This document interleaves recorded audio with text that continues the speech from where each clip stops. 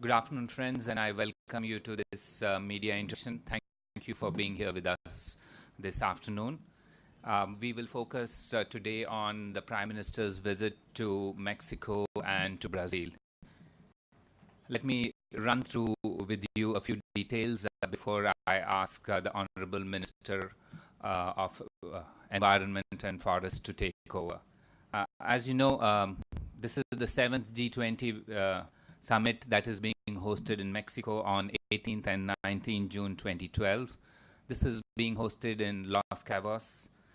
And in addition to the G20 members and Spain, which is a permanent invitee to the G20 summits, Mexico has also invited the African Union Chair, Cambodia as the current ASEAN chairman, Chile, Sri Lanka, Ethiopia, and to attend the summit. And the Mexican presidency has listed 5 priorities for this summit. And let me try and list some of them out for you. Number 1 is economic stabilization and structural reforms as foundations for growth and employment. Number 2 is strengthening the financial system and fostering financial inclusion to promote economic growth. 3, improving international financial architecture in an interconnected world. 4, enhancing food security, addressing commodity price volatility. And number 5, promoting sustainable development, green growth, and the fight against climate change. Now, since the discussions on the 2 tracks that the G20 generally undertakes have already commenced today, and these are the Sherpa track and the finance track. So therefore, all those who are participating on our behalf in the G20 are already in Los Cabos. For your information, the Deputy Chairperson of the Planning Commission, Dr. Montek Singh Ahluwalia, is the Sherpa from the Indian side. And Shri R. Gopalan, Secretary in the Department of Economic Affairs, is handling the finance track. Hence, during the briefing today, we will not be able to provide you specific details on the substance of the discussions at the G20. However, I will share with you some details about other meetings that the Prime Minister intends to hold in Los Cabos. As you know, apart from the G20 summit, there are usually bilateral meetings. And my understanding is that the Prime Minister is likely to hold several such bilateral meetings, and I'll try and indicate to you those we have informed up. These are with Mr. Felipe Calderon, President of Mexico, Ms. Angela Merkel, Chancellor of Germany, Mr. Vladimir Putin, President of Russia, Mr. François Hollande, President of France, and in addition, the BRICS leaders are to meet in Los Cabos. Apart from this, there are a couple of meetings that are being scheduled, and once we have the details, we'll announce them in terms of timing, etc. I'd just like to tell you some of the other members of the delegation of the Prime Minister who are accompanying him here, apart from the 2 that I have mentioned. They are Shri T.K. Nair, Advisor to the Prime Minister, Shri Shankar Menon, National Security Advisor, Shri Pulok Chatterjee, Principal Secretary to the President, and Shri Ranjan Mathai, to the Prime Minister, I beg your pardon, thank you very much, ma'am, and Shri Ranjan Mathai, Foreign Secretary. In addition, the Prime Minister will also attend the UN Conference on Sustainable Development, popularly known as the Rio+20 Summit. And we are fortunate today to have with us the Honorable Minister of State with independent charge for Environment and Forests, Srimati Jayanti Natarajan, who is our principal negotiator at the Rio+20. She is assisted by Dr. Tisha Chatterjee, Secretary, Ministry of Environment and Forests. The Honorable Minister has kindly agreed to brief all of you on the Rio+20, and after that, as usual, she will be available for a short question and answer session to clarify any issues that you may have. With the introduction, I will hand over to the Minister so that she can make a brief opening remarks, and following that, we'll have the usual question and answer session. The Honorable Minister.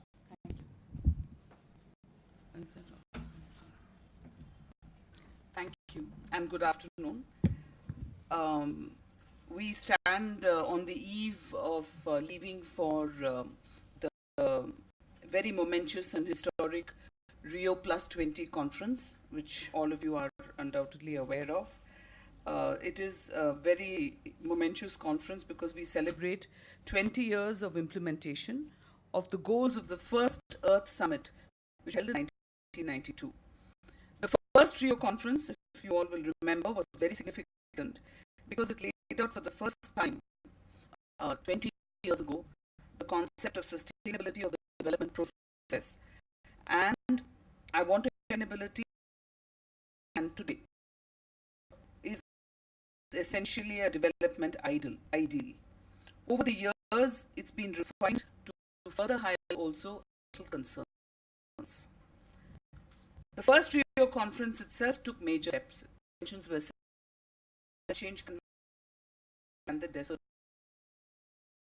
And therefore, at the Rio+20 conference, where heads of government and our own Honorable Prime Minister will participate, will focus upon reviewing how the commitments made at the first Earth Summit and the 3 conventions have been implemented.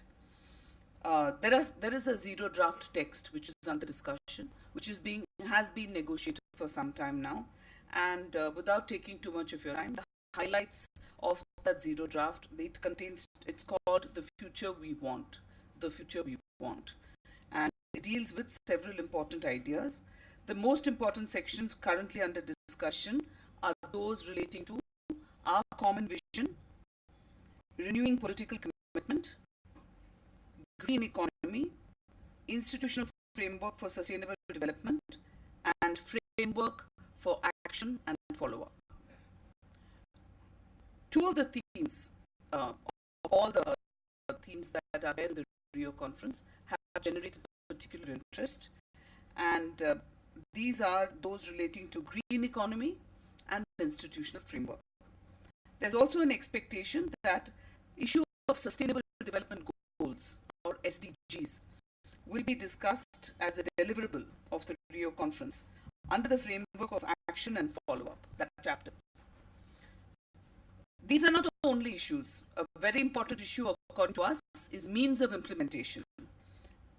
Most importantly, the principles on the basis of which actions have to be taken by countries, and the manner in which the Rio principles are reaffirmed and implemented, which will be key to whatever the outcome of Rio is. I just want to tell you first about the concept of green growth. It is usually understood as a reference to low carbon growth or a climate resilient economy. But this, according to the Indian position, as mandated by Cabinet, is a very restrictive interpretation of green growth and of green economy. We are very particular that green growth should not be seen as a normative concept.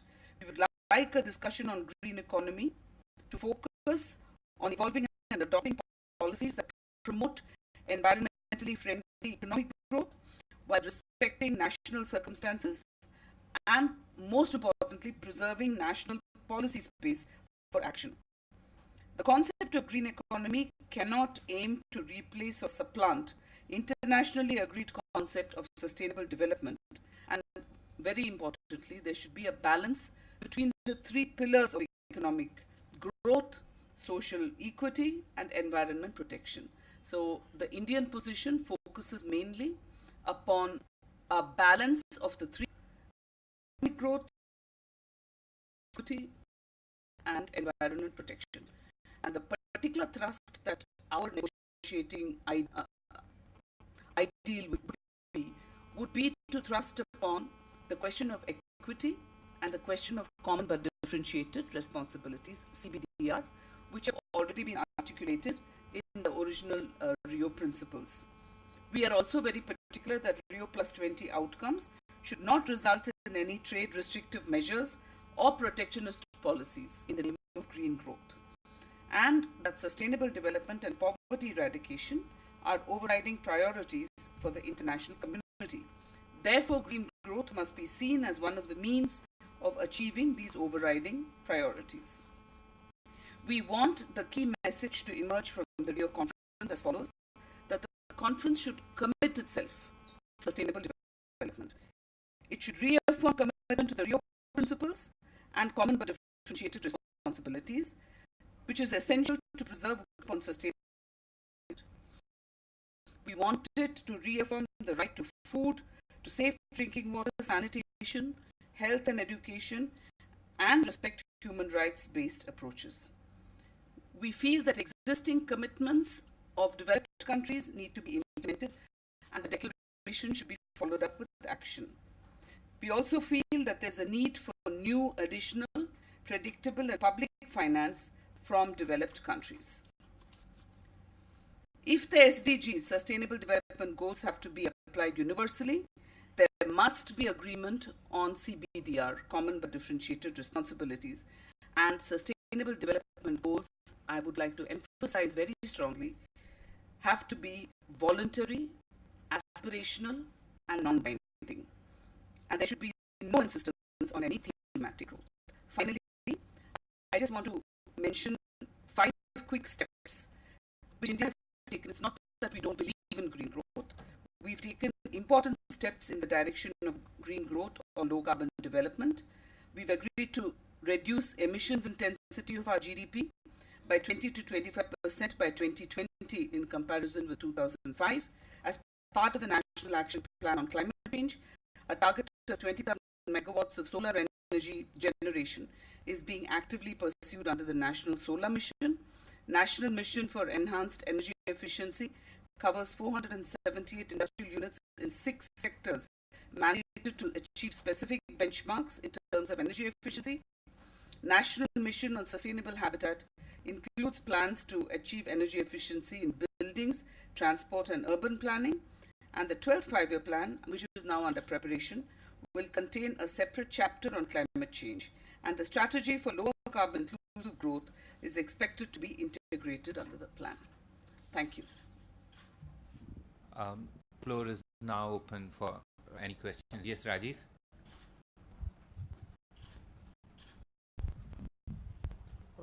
Jayanti ji, I won't ask you whether Akbar's slip of the tongue regarding Pulak Chatterjee was a sense of a political forecast. I won't ask you. But there is a political question nonetheless for you, since you are a political person. What kind of preparations have been done within BRICS countries as a lead up to the Rio+20 summit, particularly on the non-binding clauses regarding SDGs? Well, very important steps, not just BRICS, G77 plus China. We see our vision as being anchored in a shared vision of all developing countries. And in the negotiations, year-long or even longer negotiations, in the run-up, continuous meetings between all the countries of G77 and China, and various other formations as well, friendly countries, basic BRICS, all the countries separately but basically anchored in G77 plus China, so that the voice of developing countries is heard loud and clear, and the principles of equity and CBDR are clearly enunciated and put forward, just like we did in Durban. So the negotiations have emphasized this very clearly, have also shown our unity, and we intend to take that forward. Are you saying India and China are on the same page? No, I'm saying G77 plus China. We are anchored in a position with G77 and China, and we hope to take that forward. Anchal? Ma'am, the Prime Minister is going at a time when there's a lot of demand on because of it is going to be. Is there tension? Is this trip going to be tense because of domestic Absolutely tensions? not. This is a political democracy. The Congress is a party which is more than a century old. The Prime Minister has been the Prime Minister of this country. This is well to his second term.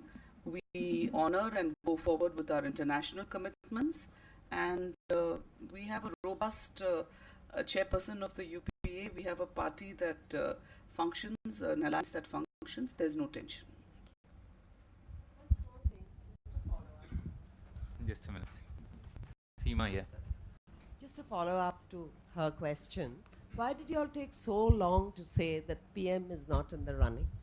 But this is about It was Rio so plus 20. He's not. Actually, I'm here as minister. It would not be we know appropriate. that, sorry, but It won't you be could- appropriate for me to. May I- She anchored it in the trip. Yes. Just a minute. Please use the mic so that we can record it. Yeah. What is the stand you explained about G77 in China? What is the stand of basic countries? And what are the non-negotiables for India at Rio?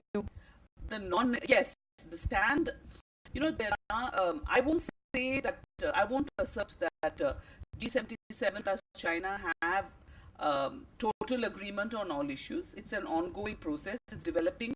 Even as I speak, our negotiators are there.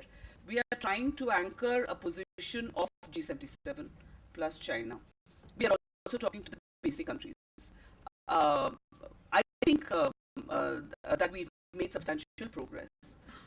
As far as India is concerned, the non-negotiables are any compromise on the question of equity and CBDR, and any attempt to make these SDGs in any way binding upon developing countries alone, binding rather than voluntary or aspirational.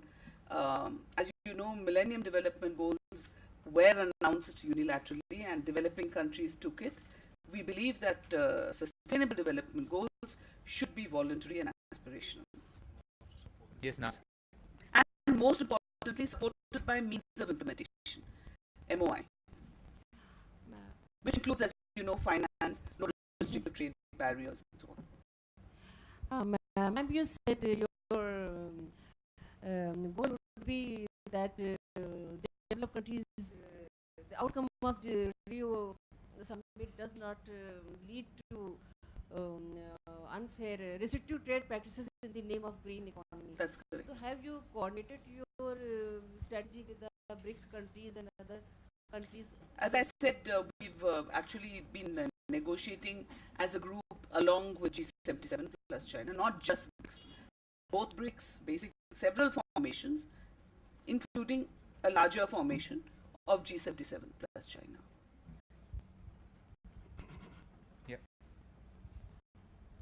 For the past several rounds of negotiations, the same stand has been taken by the developing countries and the US and other countries. There has been no movement forward. What prospects do you see? No, I think there is movement forward. I think we have to continue to meet, and I believe I'm extremely optimistic that we will be able to take our vision forward. I don't accept any formulation that there is no movement forward. And I believe that 20 years down the road, we will be able to assert very strongly that the Rio principles must be reaffirmed. Can you list some of the things where you see a movement forward in these negotiations? No, the very fact that developing countries, the original Rio principles stressed upon means of implementation, upon fast-track funding, 30 billion. For example, in climate change, we've set up a green climate fund. So we are very hopeful that finance will be forthcoming from developed countries. No, it hasn't, but we keep talking about it. And we are very hopeful that at this forum we'll be able to emphasize that unfair trade restrictions, unilateral trade restrictions will not be acceptable. So we will continue to talk because the issues are very important. And I think the most important step forward is the fact that we've highlighted that sustainable development consists of a balance between three pillars. And poverty eradication is the most important thing, and equity and CDR are as important as anything else as far as developing countries are concerned. Mr. Venkat Narayan.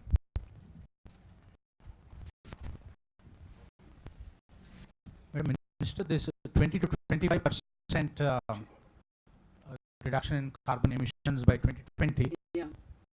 we are offering to do that, but it should be voluntary or aspirational, and we don't want any imposition or any particular binding, number one. Number two, is India expecting any portion of the funds, the developed countries are expected to put together to cope with the the carbon question. And are the developing countries going to take a united stand on Europe's decision to impose carbon tax EU on ETS. flights? Yeah, thanks. What was the first question? No, that 20. This is something that Prime Minister announced, and we have said very proudly that this is a declaration that shows our commitment, a very serious commitment to the rationalization of climate change and to our commitment to sustainable development as well as the environment. So this is a voluntary goal that we've set for ourselves, and we have gone, I think, a great way forward, because we've introduced legislation that mandates that corporates, that energy efficiency should be achieved within a particular time. We've gone a great deal way forward. Therefore, when I say that this in fact reinforces my submission that the goals should be voluntary, aspirational and non-binding, because we've done far more than any developed countries have done, because this was a unilateral announcement by our Prime Minister. In addition to saying that we will never exceed the emissions of any developed country, which he made in Hellingen Dam. So this is something that we've done voluntarily. As far as EU ETS is concerned, Ministry of Environment has taken strong objection at the climate change UNFCCC to say that it should not, this is a restrictive unilateral trade measure disguised as climate change action, and that EU should not impose it. And I've written to the EU Commissioner Connie Hedegaard, and we've had talks about it even at the EU summit. We've taken strong objection to introducing the EU ETS tax. I think they've deferred it by about a year right now. But we will continue to, and to the maritime levy if it comes forward. We are hoping for new additional what the developed countries are saying is that it can be private. There are many ways of because of the recession. They're showing the recession as a reason, and they say it should be private. You should leave people to raise it. But we are insisting, and we've argued at the negotiating table. We're continuing to argue that it should be additional, predictable, and public finance. That governments make commitments. They should also provide for realization, $30 billion USD per year from 2013 to 2017, $100 billion USD per year from 2018 onwards. And in fact, we've pointed out at negotiations that it's been, United Nations studies have shown that we need at least 1.9 trillion US dollars per year, that is developing countries need, towards sustainable development actions if we are to fulfill it. And therefore, developed countries must set clear paths to achieve internationally agreed ODA, Overseas Development Aid, the target of 0.7% of their GNP, to indicate their seriousness. They've made a commitment earlier, and we want to reaffirm that that commitment is translated into action. What is the current rate of emissions? Sorry, Rate of 1.7 to 1.8.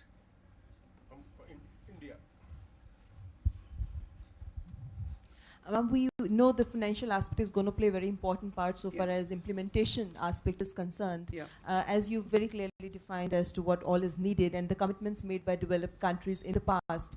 Considering the Eurozone crisis, we all are aware that developed countries are trying to pull back on so many fronts. Keeping that in mind, to what extent is G77 ready to go ahead? And whenever we see that these kind of discussions, we've seen in Durban, we've seen in Cancun, so many things are sacrificed at the last moment. So many compromises are made at the last moment.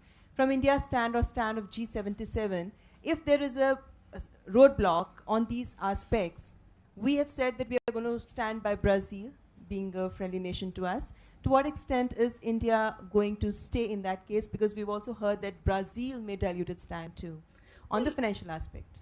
I don't want to comment on Brazil's stand because Brazil is our host. And as the chair of the Rio summit. They may have a particular way of dealing with the issue. As far as the Indian stand is concerned, it's crystal clear. It's what I outlined earlier. This is what Prime Minister has desired. This is what Cabinet has cleared. So I have my red lines, and this will be the basis of our negotiation. And this will be the basis of the negotiation even within G77, within BASIC, within BRICS, and at the table. I have my red lines.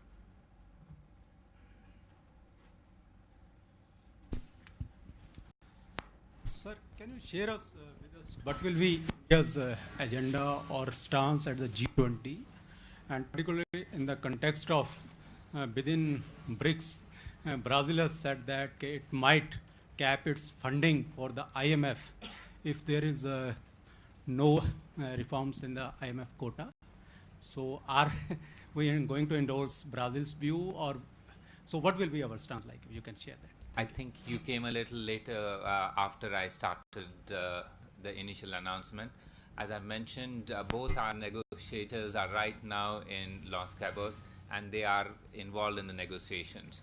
So at this stage, we do not want to say anything which will prejudge the negotiations. However, those of you who are traveling with the Prime Minister will have occasion to interact with Mr. Montek Singh Ahluwalia as soon as you arrive there on the 17th. And sure, you can make that, you can put this question to him and he will answer that.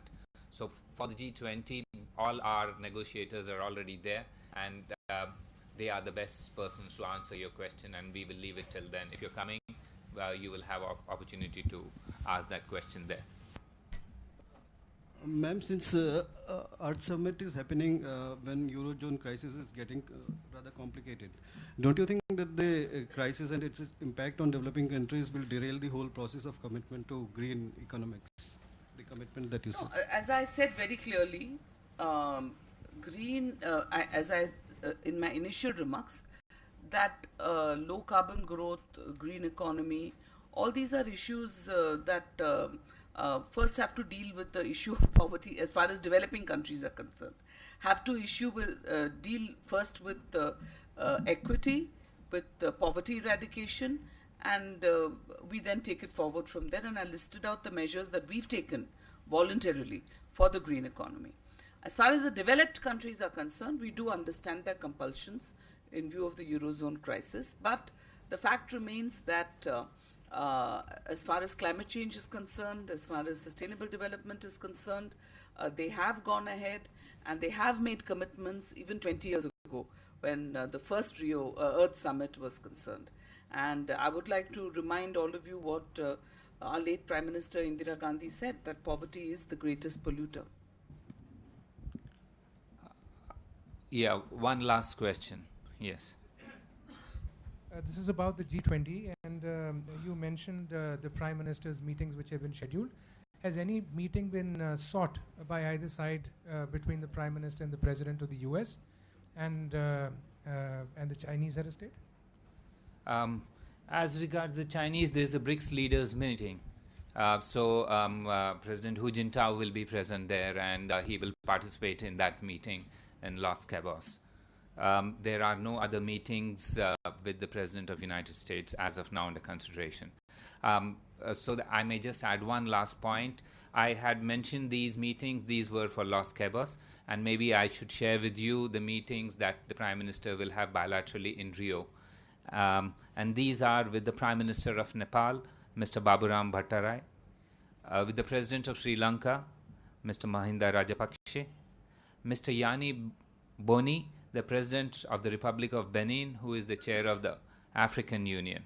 In addition, the Prime Minister will also meet former President of Brazil, President Lula. We are also working on two other meetings that will perhaps be worked out during the course of the next few days. And at this stage, we are still in trying to schedule these meetings. That's all that we have for you today. Thank you very much. Thank you.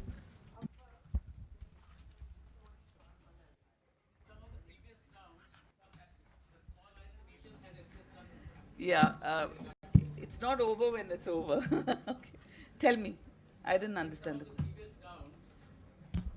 some of the Yes. previous rounds of these negotiations, the small island nations, they had expressed some resentment against the stand taken by emerging economies like India and China. They wanted them You to know, do